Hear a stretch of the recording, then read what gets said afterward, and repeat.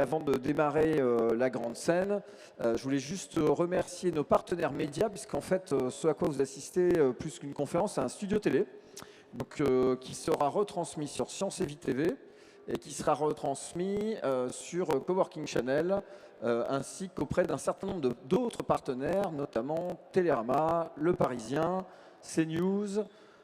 Pareil, je ne vais pas tous les citer parce que je vais en oublier un certain nombre, mais voilà, on les remercie beaucoup d'être avec nous, ce qui fait qu'on demande à nos intervenants sur scène de se projeter plus dans une logique de studio télé que dans une logique de conférence, puisque bien évidemment, on fait beaucoup plus de vues sur les réseaux sociaux qu'en présentiel.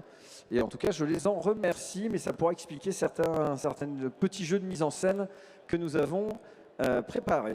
Alors, je vais tout de suite appeler les animateurs de cette partie de l'après-midi qui va se dérouler de 14 h à 18 h avec un certain nombre de pauses sur une programmation de différentes tables qui a été faite avec notamment l'abbé Tapi. Et voilà, on vient de lancer l'après-midi dédié aux différentes conférences grand public.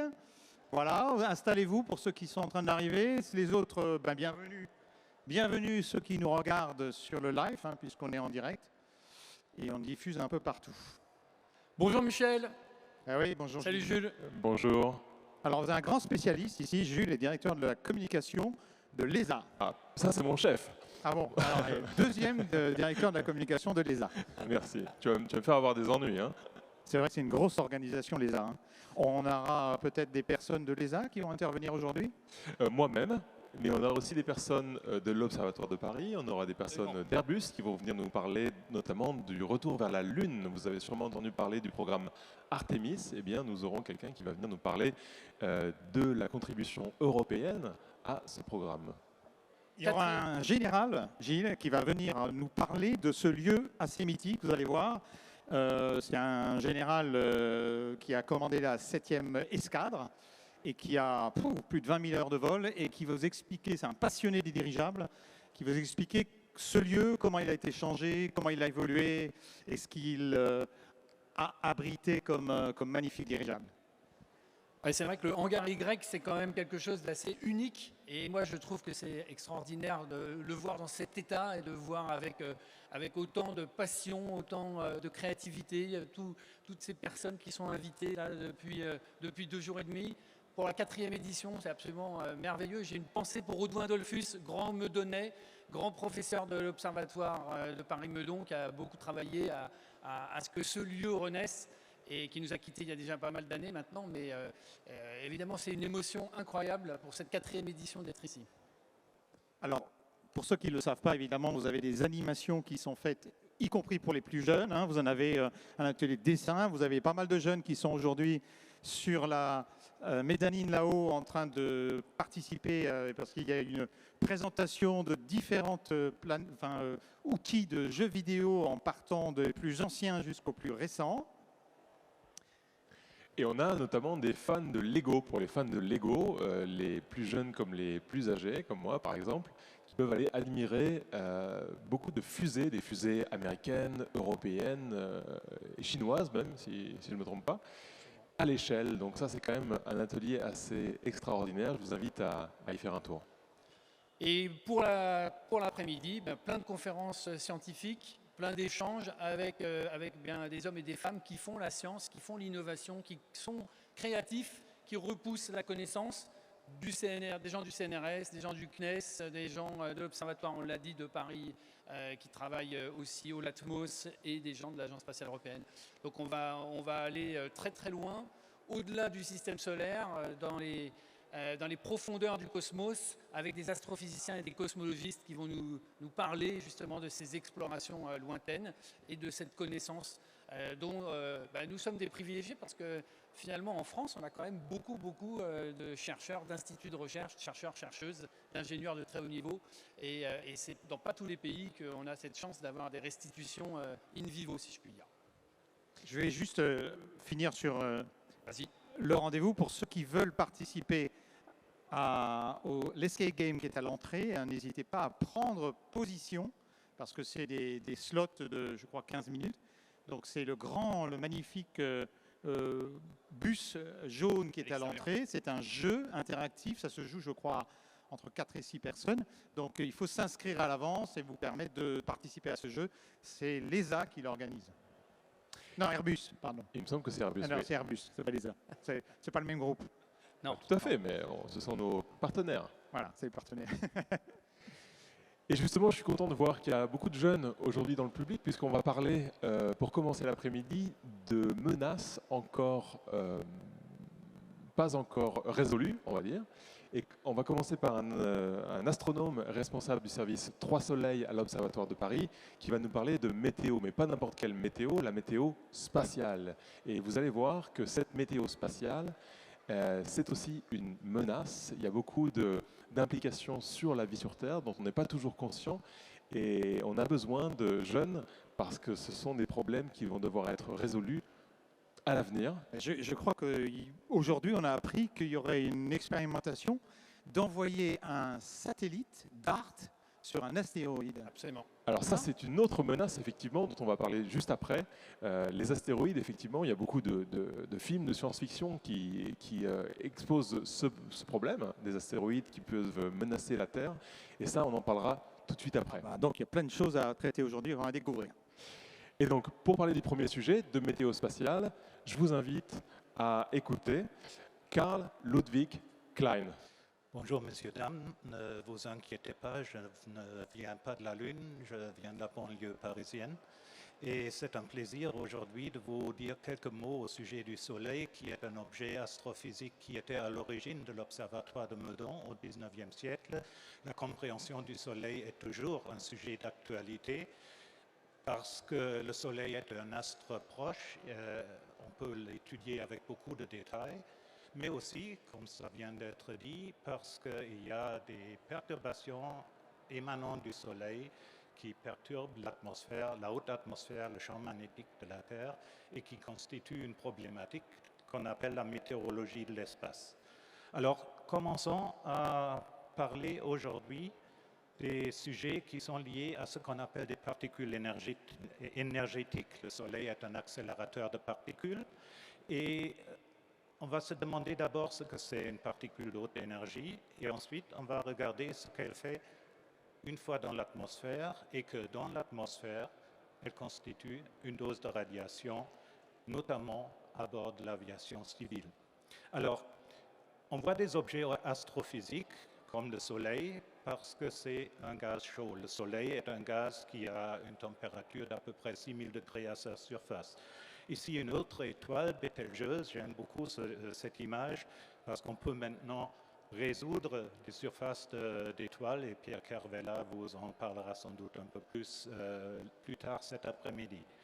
Ces objets émettent la lumière parce qu'elles sont chaudes, comme une flamme de bougie par exemple. Il y en a d'autres, par exemple la nébuleuse du Crabe, qui est le reste d'une étoile explosée il y a un petit millier d'années dans la constellation du Taureau. Et on voit aussi une lumière qui vient de cette étoile, mais ce n'est pas parce que c'est un gaz chaud, mais parce que c'est des particules très très rapides qui rayonnent efficacement dans tout le spectre électromagnétique, du visible aux ondes radio, aux rayons X. Alors, la galaxie aussi, elle est constituée d'étoiles qui rayonnent parce qu'elles sont chaudes et de nébuleuses de gaz, entre autres les restes de supernovas qui rayonnent parce qu'il y a des particules rapides. Et le Soleil, de temps en temps, fait pareil. Vous voyez ici, en haut à gauche, sur la diapo, une image du Soleil en ultraviolet extrême qui est prise depuis l'espace, un embryoncement qui est ce qu'on appelle une éruption solaire. Et ça, c'est un site d'accélération de particules. Qu'est-ce que c'est une particule de haute énergie? Alors, quand on parle de particules, en astrophysique, on pense à des électrons, à des protons, à des ions. Dans des gaz chauds comme le Soleil, 6000 degrés, il y a aussi des atomes, mais il y en a peu. La plupart de la matière est sous forme électriquement chargée. Donc on parlera d'électrons et on parlera surtout de protons qui sont beaucoup plus lourds que les électrons et qui ont un effet en météorologie de l'espace. Nous avons parlé de température. La température d'un objet, ça caractérise la vitesse moyenne des atomes ou des particules qui le constituent. Alors, à une température très très froide, moins 272 degrés, cette vitesse est de quelques kilomètres par seconde. Il y a une température, le zéro absolu, où la vitesse est zéro. C'est comme cela que le zéro absolu est défini. Et quand la température augmente, la vitesse moyenne augmente. À 0 degré Celsius, nous sommes à 60 km par seconde. À 30 degrés, nous ne sommes pas beaucoup plus rapides. À 6000 degrés, à la surface du Soleil, les particules, les électrons, en l'occurrence, ont une vitesse moyenne de 300 km par seconde.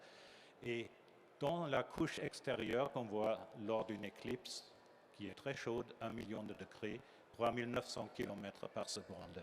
C'est assez rapide par rapport à ce que nous pratiquons au niveau de la Terre. Le piéton moyen est à 4 km par heure. Et les plus rapides d'entre nous qui courent les 100 mètres en 10 secondes font une vitesse de 36 km par heure. Donc, les particules sont plus rapides. Mais quand nous parlons de particules de haute énergie, nous parlons de particules qui sont près de la vitesse de la lumière. Et là, c'est des particules tout à fait exceptionnelles. C'est les sprinters parmi les particules. Leur accélération est un sujet de recherche que nous menons, entre autres, à Meudon. Mais leur existence est aussi un sujet de surveillance pour la météorologie de l'espace.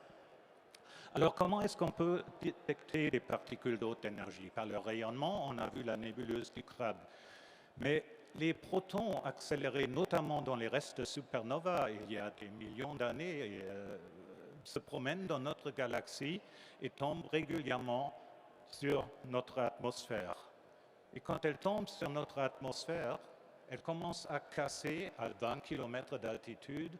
Les atomes font des réactions nucléaires, éjectent des protons et des neutrons.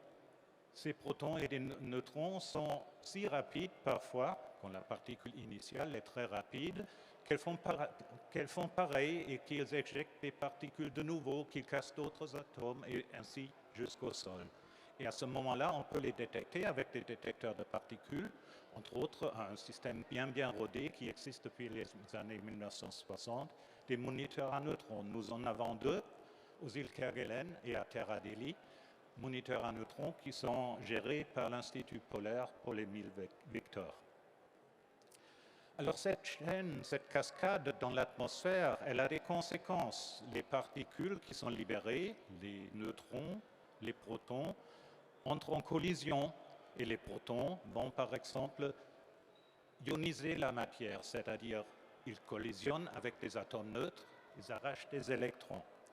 Et ça, c'est des processus bien connus, mais ces électrons qui sont arrachés, les particules secondaires, interagissent avec les autres atomes et cela a des conséquences pratiques, à savoir une dose de radiation. C'est un peu comme les éléments radioactifs qui, au sol, créent une dose de radiation que nous sentons tous.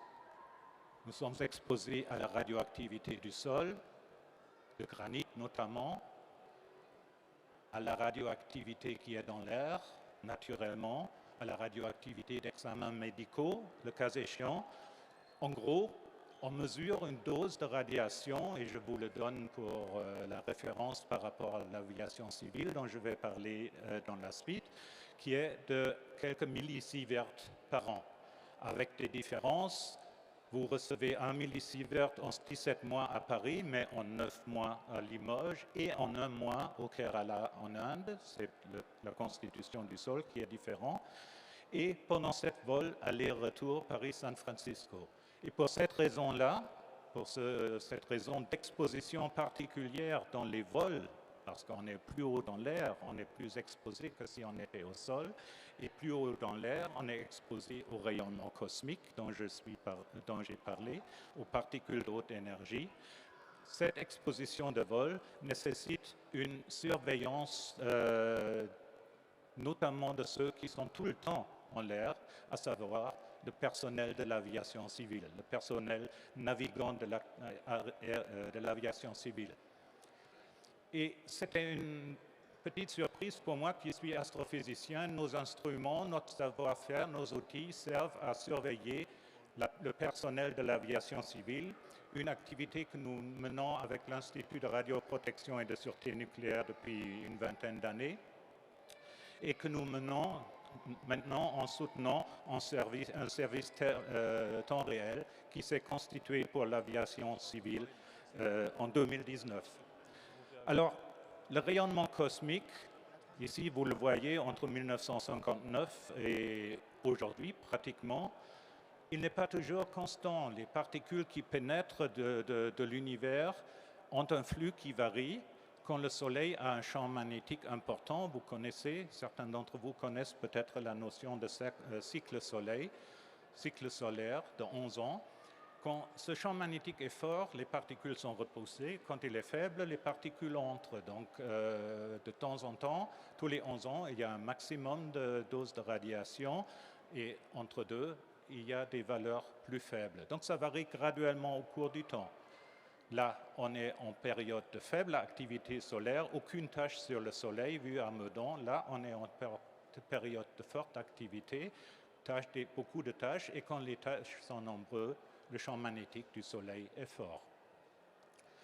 Alors, le champ magnétique du Soleil nous protège, mais le Soleil lui-même produit de temps en temps des particules énergétiques. Ici, nous regardons ce qu'a mesuré notre moniteur à neutrons à Terra Delhi, en Antarctique, en 2020, en janvier 2020, une période où le Soleil était faiblement actif, le rayonnement cosmique est d'un ennui monstrueux. C'est toujours la même chose. Toutes les minutes, ici toutes les 5 minutes, on mesure la même chose.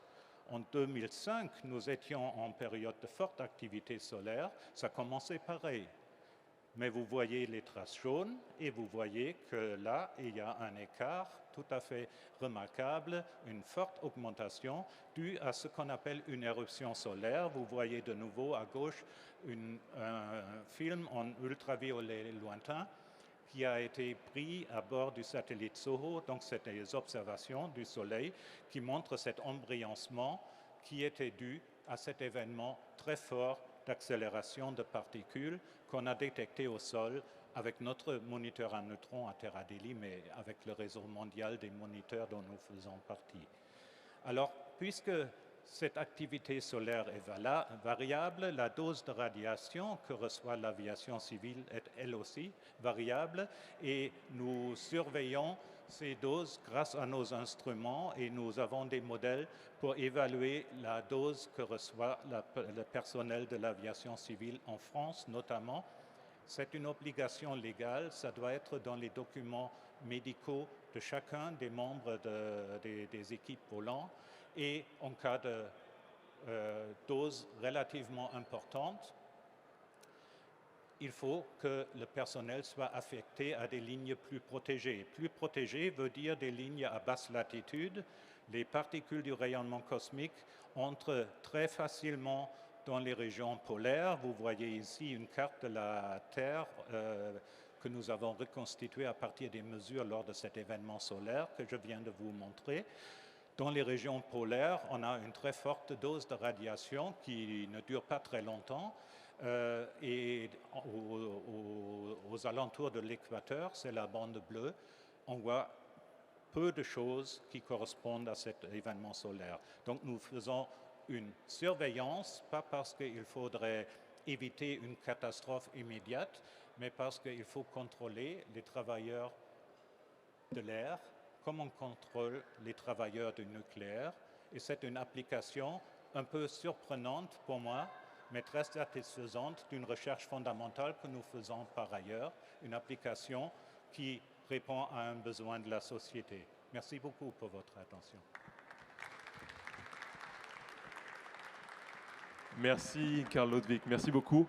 Et on voit donc justement une menace dont on n'était pas tout à fait au courant, hein, qu'on ignore souvent, et qui est l'irradiation du Soleil, qui a véritablement un effet sur, tu en as parlé, le personnel navigant, mais aussi les infrastructures spatiales, les infrastructures qui vont devenir de plus en plus nombreuses et de plus en plus critiques.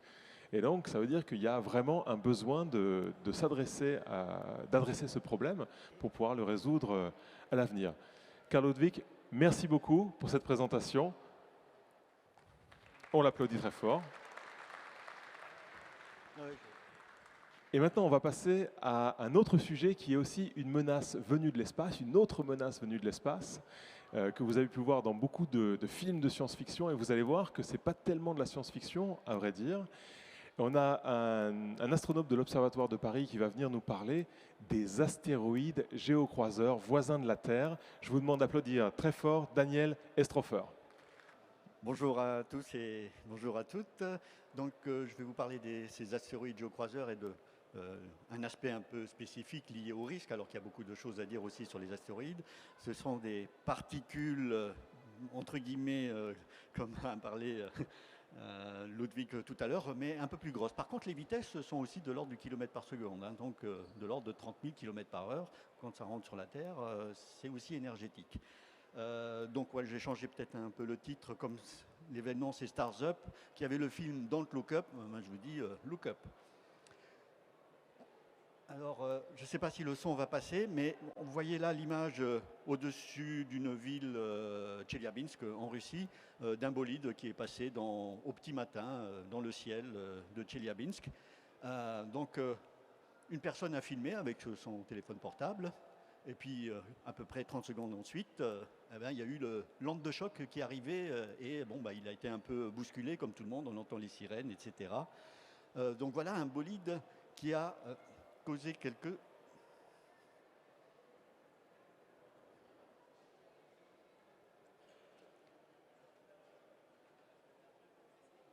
un problème de PC. Un problème avec ce film en particulier, et après ça devrait aller mieux. Donc voilà, c'était typiquement un bolide assez gros, on va le voir en détail, qui était passé donc dans l'atmosphère avec une très grande vitesse et qui a dégagé beaucoup d'énergie.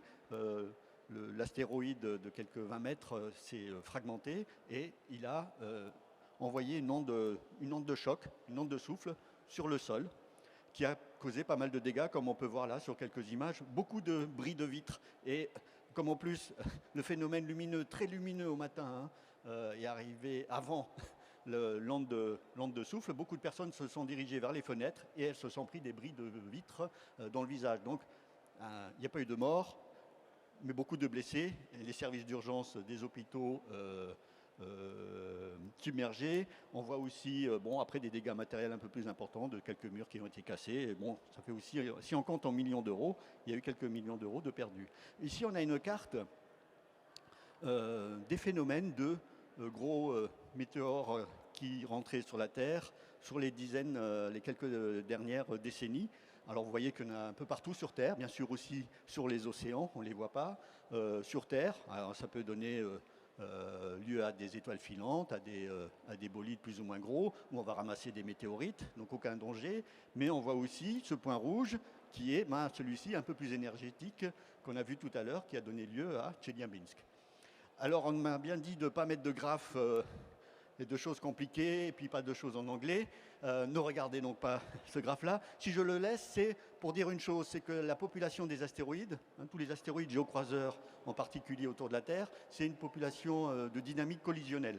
Prenez un gros astéroïde et au bout de millions d'années, on a là 4,5 milliards depuis la formation du système solaire, il s'en est passé des choses. Et donc, il arrive que des astéroïdes se cognent à des très grandes vitesses. Prenez un gros astéroïde, vous le cassez en deux, reprenez ces deux morceaux, vous les cassez encore en deux, etc. etc. Et vous avez aussi en mémoire ce qu'on vous disait pour le Covid, c'est une croissance exponentielle. Donc, à droite, on a les gros, 10 km ici, il n'y en a pas beaucoup, 4. Les moins gros, il y en a plus, on a des milliers, et les plus petits, ceux qui font de l'ordre du mètre ou moins, on arrive à des centaines de millions d'objets. Donc voilà, plus ils sont petits, plus ils sont nombreux, plus ils sont gros, moins ils sont nombreux. Et là, on voit une carte qui nous montre un peu la dangerosité de ces objets ou le risque. Alors j'ai quand même mis aussi une équation, mais c'est une équation assez simple hein, d'économie de base ou d'assurance de base. Quelle est la fréquence avec laquelle on va avoir ces objets qui pourraient percuter la Terre? Et s'ils percutent la Terre, quelle est la dangerosité? Est-ce que c'est très grave? Donc c'est ça la vulnérabilité. Alors bien sûr, si vous avez un objet de 10 km qui percute la Terre à ces vitesses-là, ça fait des gros dégâts. Et c'est typiquement l'événement qui a donné la 5e extinction massive d'espèces, la fin des dinosaures. Mais ça arrive, comme il n'y en a pas beaucoup, ça arrive pas très souvent, tous les 100 millions d'années à peu près. Et si on va sur les plus petits, on peut avoir des phénomènes un peu plus fréquents, sur des centaines de milliers d'années, avec des dégâts bien moins importants, mais qui peuvent quand même rester assez conséquents et qu'on va essayer d'éviter, jusqu'à aller après aux plus petits de 5 mètres et moins. Et bien là, ça va faire des phénomènes à nouveau de bolides et éventuellement on va prendre des météorites et donc le risque est beaucoup moins important. Mais vous voyez aussi que la partie que j'ai cerclée en vert, c'est peut-être là que le risque va être le plus important. On a pas mal d'objets et en plus, les phénomènes peuvent quand même être assez conséquents d'un point de vue économique ou en termes de blessures ou de fatalité humaine. Je vais passer assez rapidement sur cet aspect de détection de nos objets. Il y aurait pas mal de choses à dire, mais je vais préférer développer plus un autre aspect. Donc, on ne les connaît pas tous encore, tous ces astéroïdes géocroiseurs. On en a déjà découvert beaucoup, mais il faut continuer à les cataloguer pour voir lequel, éventuellement, pourrait percuter la Terre. Et donc, il faut les identifier tous. Et il y a beaucoup de programmes d'observation au sol, où on espère depuis l'espace, pour les cataloguer. Je rajoute aussi, ça c'est une image de découverte d'un astéroïde. On a 3 images, c'est ça, 4, pardon. Donc 4 images au cours du temps. Et on voit ce petit point blanc qui se déplace par rapport aux étoiles. Les étoiles ne bougent pas vraiment dans le ciel. Et lui, en quelques minutes d'observation, on voit ce déplacement. Okay. Et c'est à peu près tout ce qu'on a. Donc bon courage pour voir si c'est bien un astéroïde géocroiseur, si éventuellement il va heurter la Terre et quelle est sa taille. Donc il faut faire encore beaucoup d'autres observations pour avoir toutes ces informations-là. Et la deuxième chose aussi, toujours liée aux détections, c'est de voir que pour les plus gros, ceux qui font 10 km, des astéroïdes géocroiseurs qui font 10 km, c'est vraiment les plus gros, on les connaît tous. Donc là, extinction de dinosaures de cette classe-là, on les connaît tous et il n'y a pas de risque.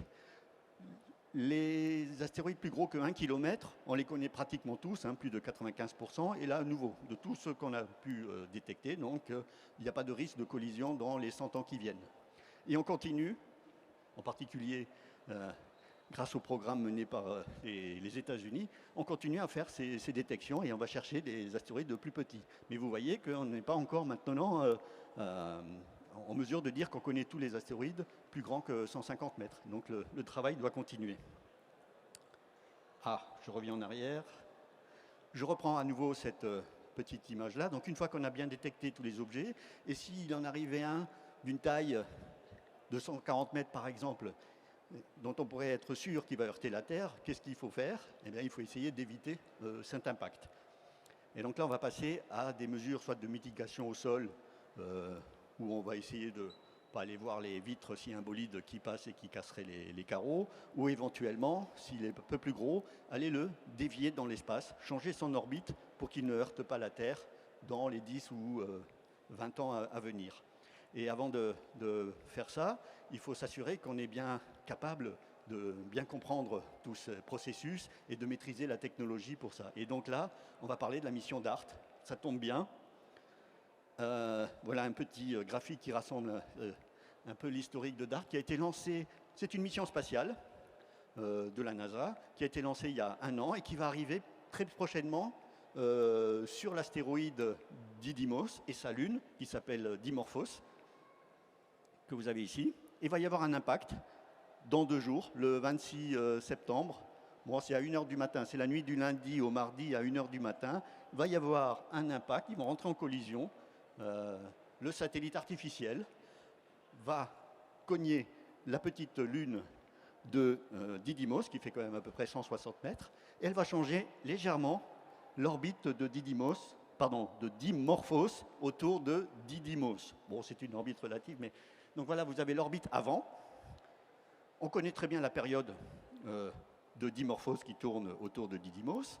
Bientôt va arriver, l'ensemble de ce système va arriver avec une grande vitesse, 6 km par seconde à nouveau, donc vous voyez, on est dans des 10 milliers de kilomètres par heure, va arriver sur la trajectoire de notre satellite artificiel DART, va y avoir l'impact, et en changeant un peu la vitesse de notre Lune, en donnant un peu de quantité de mouvement, on va changer son orbite et on va mesurer cette nouvelle orbite depuis le sol.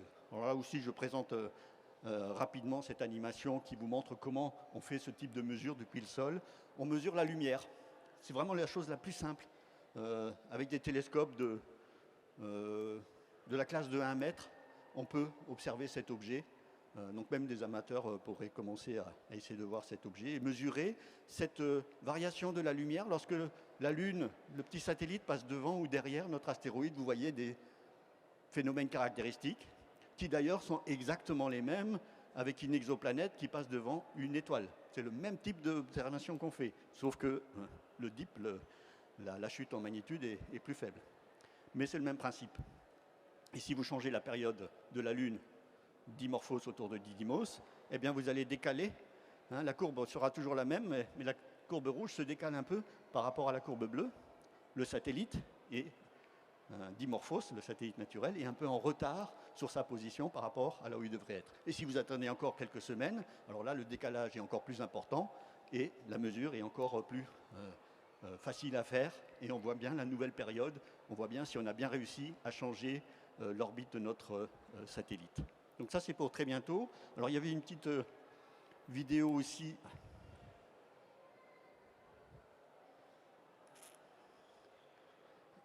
Elle part pas. Bon, mais c'est pas très grave. Sur la station internationale, Thomas Pesquet avait fait l'expérience aussi de changer la position de son collègue en lui envoyant un petit paquet où on voit aussi cet effet d'impact et qui change la trajectoire du collègue dans la station internationale. Donc voilà pour DART, c'est très bientôt. C'est mardi au petit matin. Et après DART, en 2022, on va envoyer une autre mission européenne, la mission HERA, pour observer ce système et avoir aussi un peu plus d'informations, y compris scientifiques, sur Dimos et Dimorphos. Et encore plus tard, en 2029, alors je vous donne rendez-vous, le 13 avril 2029, un autre astéroïde géocroiseur, assez gros, qui fait 300 mètres de taille, va passer très proche de la Terre, à moins de 36 000 km, c'est-à-dire en deçà de l'orbite de nos satellites géostationnaires, tous nos satellites de communication, donc vraiment très très proche de la Terre. Et comme il est assez gros, on pourra le voir à l'œil nu.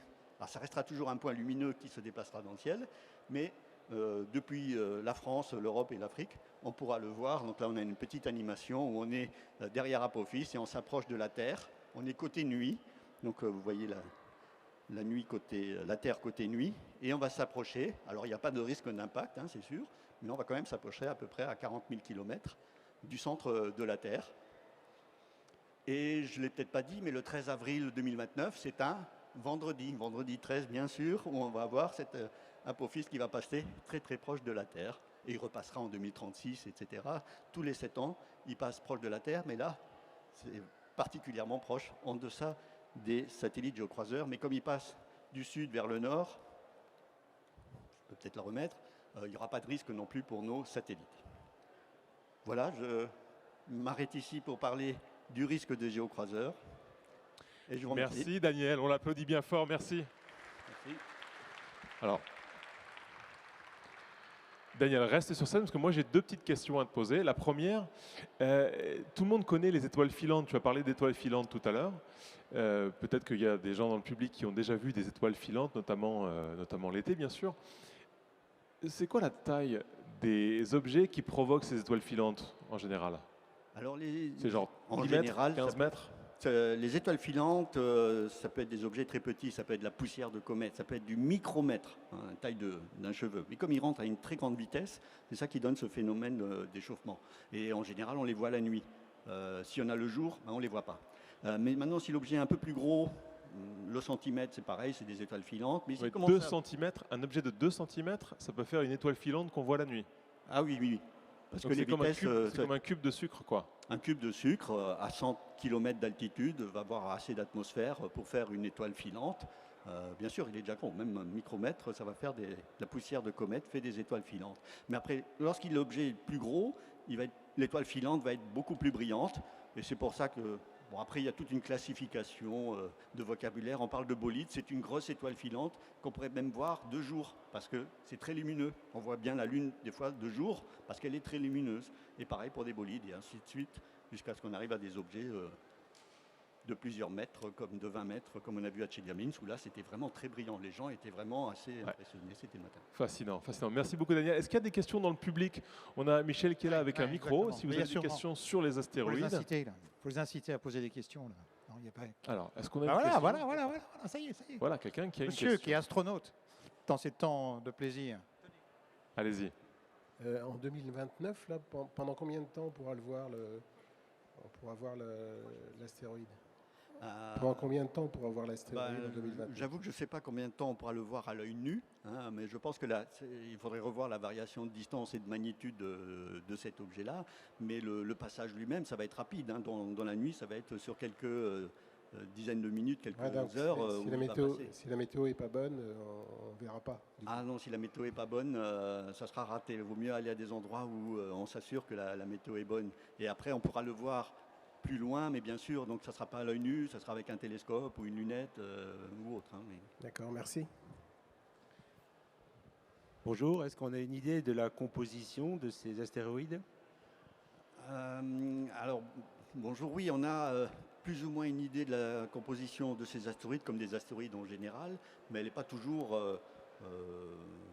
connue. En particulier, lorsqu'on le détecte, on n'a encore pas d'idée de la composition. Donc il faut faire d'autres types d'observations, de spectro, etc. Mais il y a un autre point que je n'ai pas du tout abordé ici, c'est que je ne connais pas non plus la structure. Alors, je peux avoir une idée de la composition de surface et peut-être de la densité de l'objet, mais si l'objet est un gros bloc monolithique ou un agglomérat de petits blocs, ça, je ne peux pas le dire. Et donc, c'est pour ça qu'on voudrait avoir une mission de reconnaissance pour mieux connaître cet objet et en particulier connaître sa masse. Parce que, je n'en ai pas parlé du tout, mais bien sûr, on se doute que si l'objet est rapide, il va donner beaucoup d'énergie, mais s'il est massif, il va donner aussi beaucoup d'énergie. Et ça, on ne le connaît pas toujours. Cette masse et cette composition de l'astéroïde peut changer beaucoup le phénomène qui va donner au sol. On peut très bien avoir un gros cratère avec un astéroïde métallique, comme il y a un météocratère, ou pas de cratère si l'astéroïde n'est pas métallique.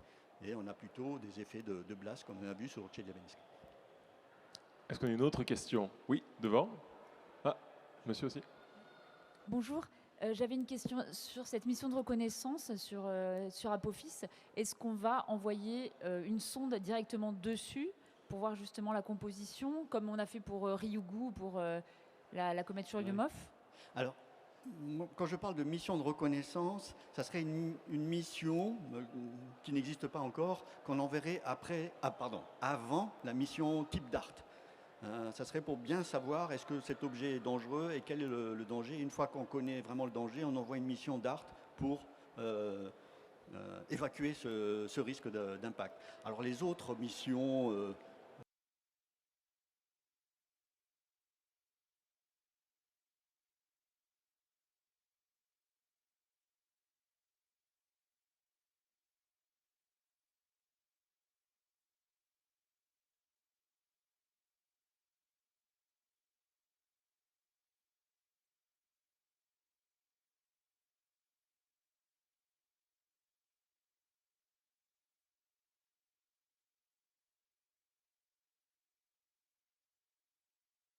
qui a donc observé un astéroïde géocroiseur, Bennu, qui reste toujours en orbite autour de l'espace et qui va être rapproché d'Apophis un peu après le passage proche en 2029. Donc elle a quand même observé Apophis, mais on pourrait bien avoir d'autres missions spatiales pour aller observer cet objet un peu avant le passage proche ou au moment du passage proche. Une autre question du public? Oui, bonjour.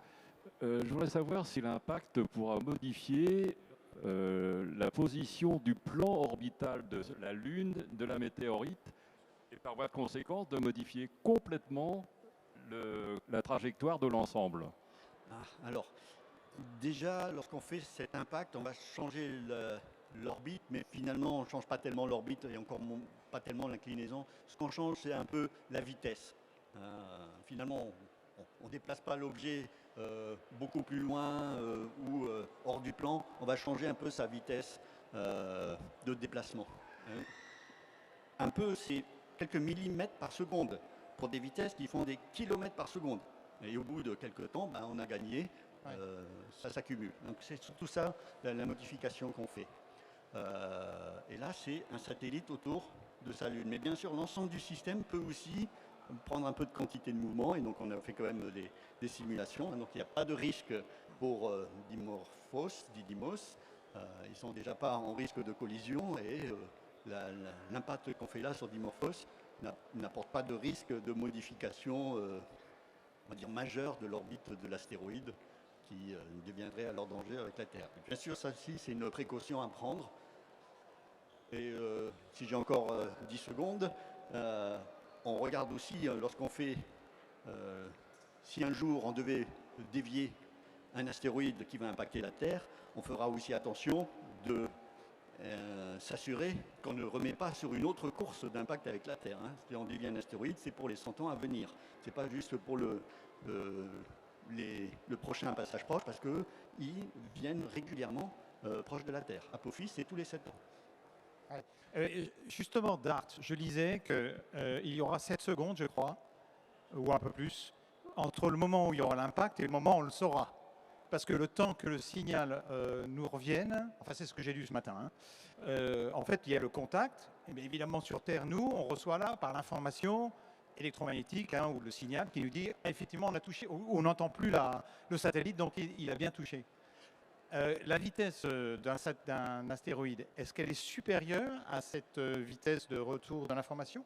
Ok. Ce qui veut dire que si vous avez un astéroïde qui vous tombe sur la tête, vous lui envoyez quelque chose, mais vous n'aurez pas l'information avant qu'il vous le tombe dessus. Alors, je ne sais pas si c'est 7 secondes. La vitesse d'information, c'est de la télécommunication, c'est la vitesse dont on parlait tout à l'heure, c'est la vitesse de la lumière. Tout ce qui est communication, c'est 300 000 km par seconde. Et là, on parle de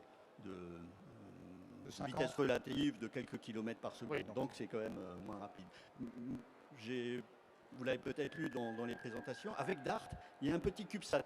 Il y a un autre satellite qui a été déjà détaché et qui va arriver, il a pris un peu de retard, donc il va arriver juste un peu après. Donc il y a quand même un CubeSat avec une caméra qui va faire l'observation de DART. Alors bien sûr, DART, il va être perdu, il va être craché. Et à un moment, c'est peut-être ça les 7 secondes avant l'impact, c'est fini, on a vu le voile prix, noire. Vu le prix du satellite, je crois que c'est plusieurs centaines de millions d'euros. C'est bien d'avoir prévu un petit pour filmer ce qui se passe. Voilà, et l'autre, il filmera quand même ce qui se passe. Alors, il ne donnera pas beaucoup d'informations sur le cratère, etc. Il verra la plume d'éjecta. Et il verra si ça s'est bien passé aussi. Il pourra nous envoyer cette information. Et là, ça met à 300 000 km par seconde, on aura la réponse et les images. Et donc, moi, j'ai juste une petite question sur la détection des astéroïdes, parce que je me souviens que tu as montré un petit peu la probabilité de chute des astéroïdes, mais sur la détection, je me souviens que le jour de l'incident de Tcheliabinsk, moi j'étais à Hambourg dans un observatoire avec un astronaute allemand qui s'appelle Reinhold Ewald, et on faisait tout un speech sur un astéroïde qui passait à je ne sais plus combien de milliers de kilomètres de la Terre ou millions de kilomètres de la Terre, et on trouvait ça formidable, on regardait cet astéroïde, et entre guillemets dans notre dos, il y en avait un qu'on n'avait pas vu, et qui est tombé ce jour-là, sur Tcheliabinsk. Oui.